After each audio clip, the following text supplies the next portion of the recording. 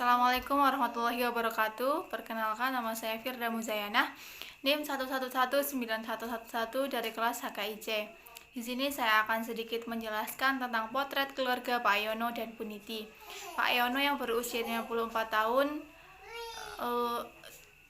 yang tidak bekerja atau pengangguran, lulusan SLTP, beragama Islam dan berasal dari suku Jawa. Dan ia mempunyai seorang istri yang bernama Ibu Niti, berusia 41 tahun, bekerja sebagai pedagang, beragama Islam, lulusan SLTP, dan juga berasal dari suku Jawa.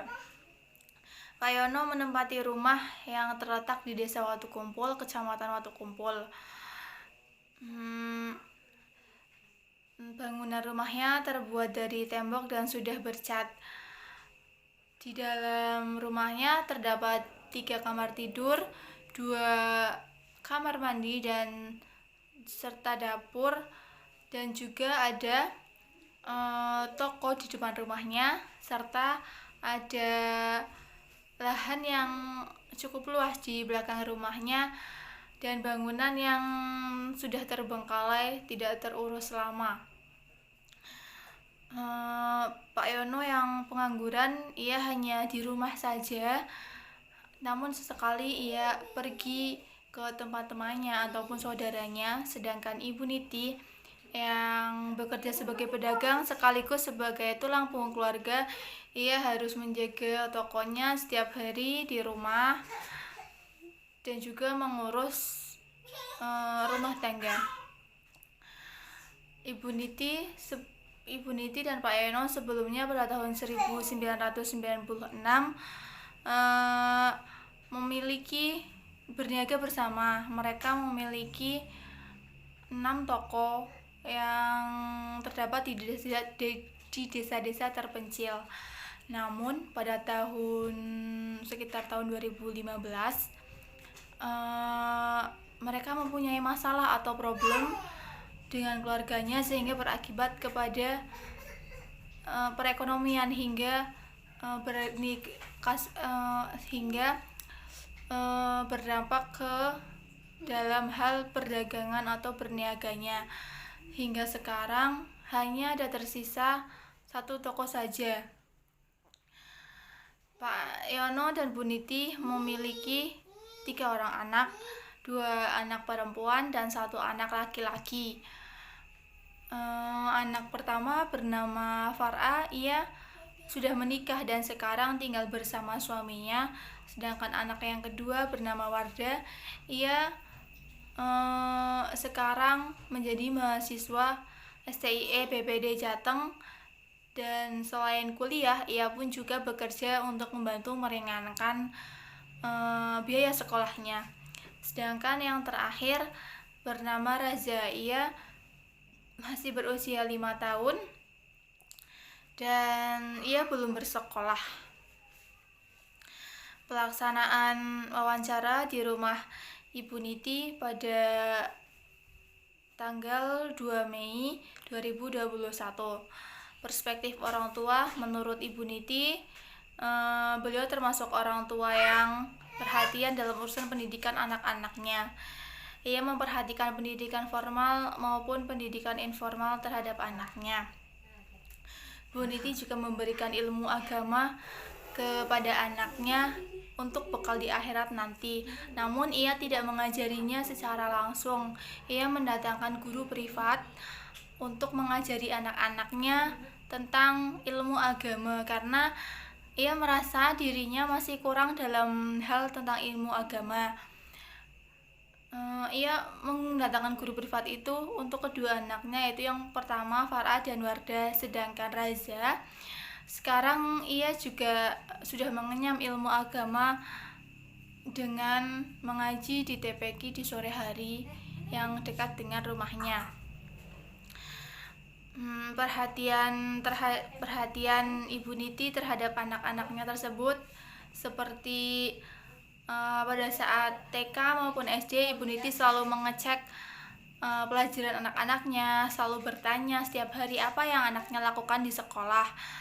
Dan pada saat anaknya akan memasuki ujian nasional atau ujian kelulusan, Ibu Niti memberikan guru privat terhadap anaknya karena Ibu Niti merasa tidak mampu mengajari anaknya dalam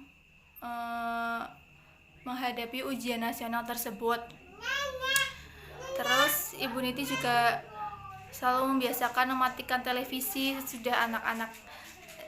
saat anak-anaknya belajar dan akan menyalakannya di saat anak-anaknya sudah selesai belajar. Ibu Niti juga membebaskan anak-anaknya dalam hal bermain.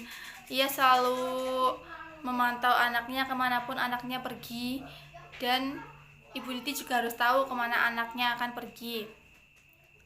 Ibu Niti juga memantau anak-anaknya dan memberi batasan-batasan terhadap anaknya serta memberi nasihat kepada anaknya. Ibu Niti tidak melarang anaknya untuk bergaul dengan siapapun, namun ia harus tahu dengan siapa anaknya berteman. Perspektif anak sesuai yang dikatakan orang tua, Wardah mengatakan ibunya sangat perhatian terhadap pendidikan anak-anaknya. Pada saat kelas 2 SD, Wardah juga sudah mengenyam ilmu agama yang seperti Ibu Niti katakan, ia didatangkan guru les privat agama ke rumahnya untuk mengajarinya ilmu-ilmu agama. Dan pada saat ia kelas 6 SD, ia juga diberi guru les privat untuk mengajarinya memasuki ujian nasional. Terus pada saat ia memasuki jenjang SMP, ia kebetulan SMP-nya di luar kota, dan ibunya selalu memantau anaknya dengan cara alat komunikasi. Ia selalu menelpon dan mengabari anaknya setiap hari, dan setiap 2 minggu sekali atau bahkan seminggu sekali, Wardah selalu pulang ke rumah karena merindukan ibunya. Dengan Wardah bersekolah di kota, ia merasa menjadi lebih mandiri dan tidak bergantung dengan ibunya. Sedangkan menurut Raza, ibunya dan kakaknya itu sangat baik dan semuanya sangat sayang kepada Raza. Dan ia menjawab pertanyaannya sembari malu-malu dan sekali sambil Secara umum, keluarga Pak Yono cukup terbuka ketika memberikan keterangan selama wawancara. Namun pada saat itu Pak Yono sedang tidak di rumah, sehingga saya mewawancarai Bu Niti dan Wardah serta Raza saja. Bu Niti sangat ramah kepada penulis, selalu menyambut dengan baik. Ibu Niti juga mempersilahkan penulis untuk duduk dengan nyaman serta mengatur kursi dan meja yang tadinya belum rapi. Ibu Niti juga berusaha tampil lebih rapi ketika wawancara. Ia minta izin untuk memakai kerudung. Demikian juga dengan Wardah, selalu menyambut penulis dengan baik dan menyambut dan berusaha menghargai tamu. Wardah adalah anak yang humoris. Ia terkadang sesekali pada saat wawancara ia disertai dengan candaan, sedangkan Raza ia terlihat tersipu malu sambil ia sekali keluar rumah untuk bermain dengan temannya. Menurut saya, fungsi keluarga tersebut sudah terpenuhi semua. Sosialisasi nilai yang disampaikan orang tua pun sudah efektif dan metode yang dipakai juga sudah sesuai. Menurut saya, keluarga Pak Yono dan Bu Niti semuanya harmonis dan serba berkecukupan. Namun sejak adanya masalah keluarga yang menimpanya, keluarga menjadi sedikit ada pertengkaran kecil di antara keduanya, dan kedua orang tuanya pun selalu terlihat baik-baik saja di depan anaknya, karena mereka tidak ingin anaknya tahu apa masalah yang dihadapi oleh kedua orang tuanya. Demikian sedikit pemaparan tentang keluarga Pak Yono dan Bu Niti dari saya. Kurang lebihnya saya mohon maaf apabila ada tutur kata yang kurang berkenan. Terima kasih. Wassalamualaikum warahmatullahi wabarakatuh.